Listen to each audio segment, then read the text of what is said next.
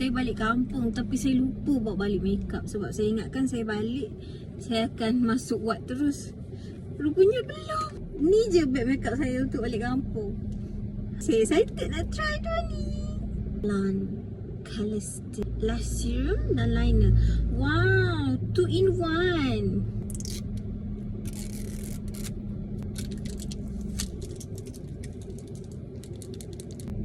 Bagus juga kan, sebab walaupun dia liquid liner tapi dalam masa yang sama dia ada serum. Wow. Tips dia macam ni. Wah. Wanda macam ni. Stand kamera tak ada, saya pakai macam ni je lah nah.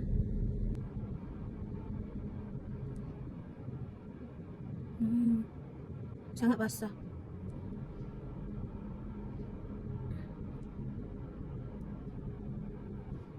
Nice, senang nak okey.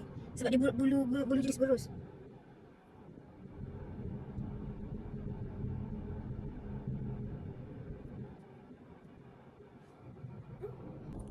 Nah, saya nak try mascara. Tak lagi, tunggu dulu.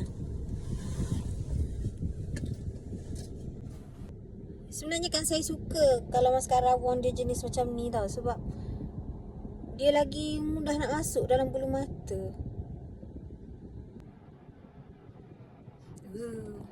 Biasa. Biasa tak? Instant lift. Nice.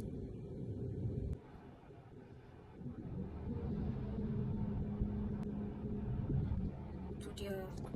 Instant volume. Kalau pakai kapit ni, kalau pakai curler ni mesti lagi curl kan? Sekarang Color stay full time. Dia waterproof Oh, patutlah. Nice.